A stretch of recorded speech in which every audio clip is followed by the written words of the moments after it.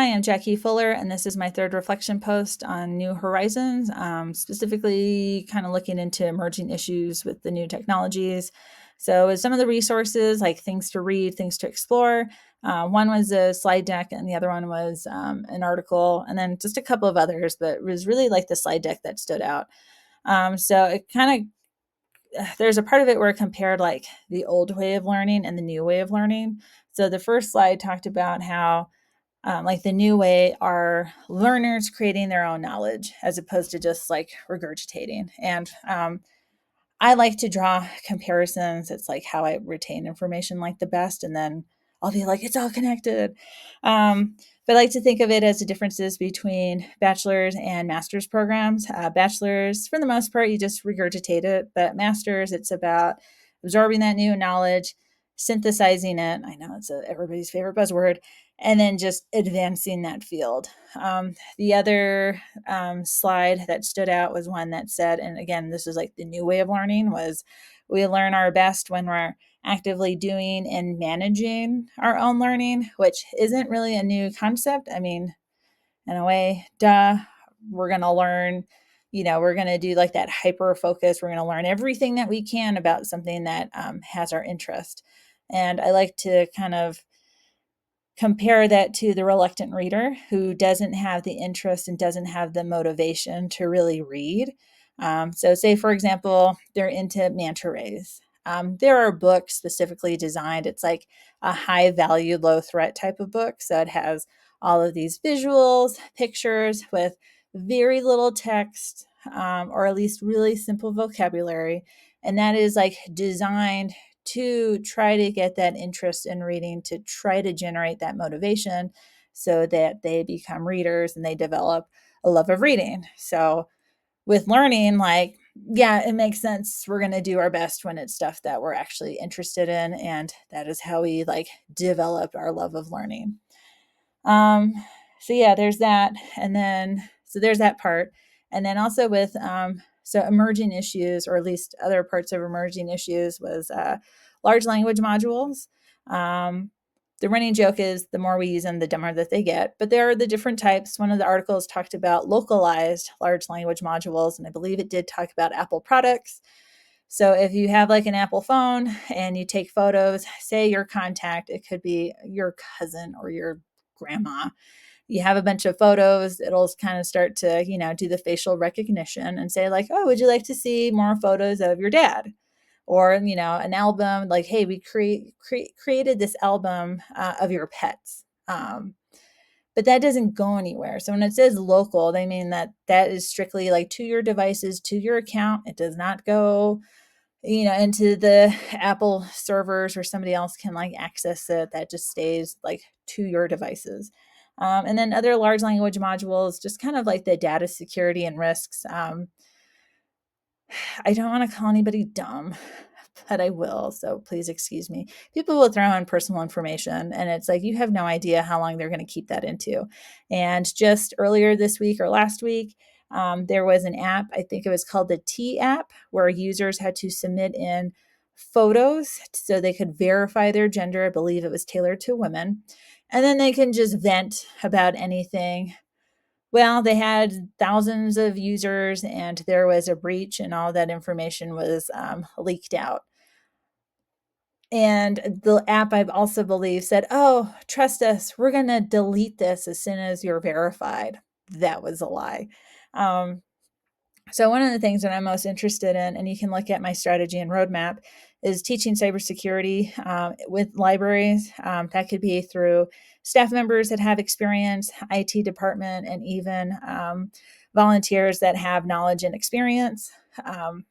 So one of the things I found last semester, because there's plenty of like articles, tools, videos online, like, you know, which VPN is best for you, how to create stronger passwords, using password managers, being safe on public Wi-Fi.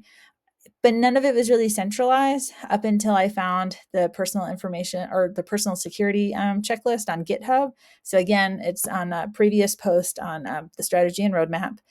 And so, yeah, I would like to be able to teach people like cybersecurity, information security, so they can protect themselves online.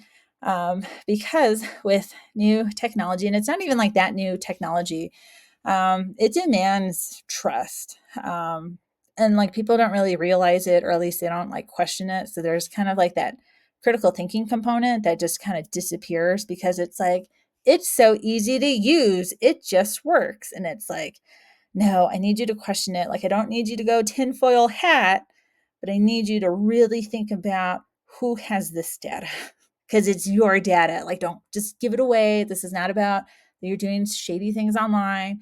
This is your data. Like, I need you to care about it. Like, please. So what do I mean by that?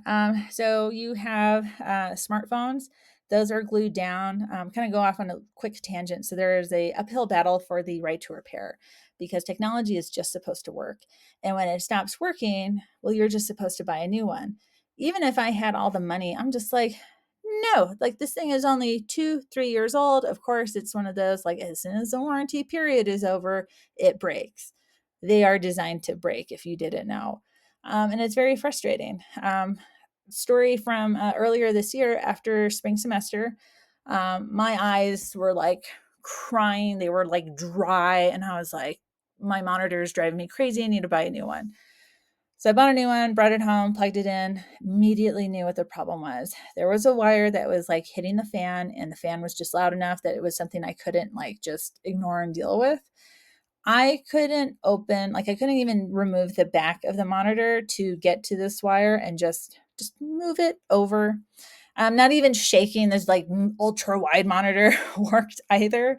And it was frustrating because I had the tools, I've repaired devices before, and I couldn't get to it. And so what I did was I went online to see like, okay, like how do you get into this? Like this is dumb. And I found one person who did, and just the insane amount of like steps involved just to remove like the back of this monitor. I mean, this is when you have like a monitor, it's on its last legs, and you're just trying to like squeeze out like 6 months more, like 6 more months of like life out of it. Thank goodness I had a warranty, turned it in, got a different make and model, no problems. But it's so frustrating because it was like, I know what the problem is. Um, but anyway, it's kind of going up to AI and then also back to like software and programs is that, nobody wants to read terms and conditions. Everybody's just like, yes, I agree, whatever. And to be fair, like I don't read it. But one of the things I will do is to go into the settings. And even that gets tricky because like there are sub menus to the sub menus, and things are really hidden well, and just people are just like, that's too complicated. Like I trust it, and it's like don't end up like like people don't end up with your like, your private information just being just blasted out into like the internet. Kind of really think about like, all right, what is this company's reputation? Who supports them? Are they tied into like Amazon Web Services? Like, what's the deal? Um, let's see what else. But there's a lot. Oh, the last one was drones. So that was like that was like a 2022 emerging technology. I haven't seen any delivery drones in person, but I have seen videos. And personally, I just say no. That is way too much noise pollution. Like I'm tempted to buy my next door neighbor an electric lawnmower because I swear he has the loudest lawnmower. And it's like, I will give you this mower. Like I will trade you, immediately taking your mower to get recycled.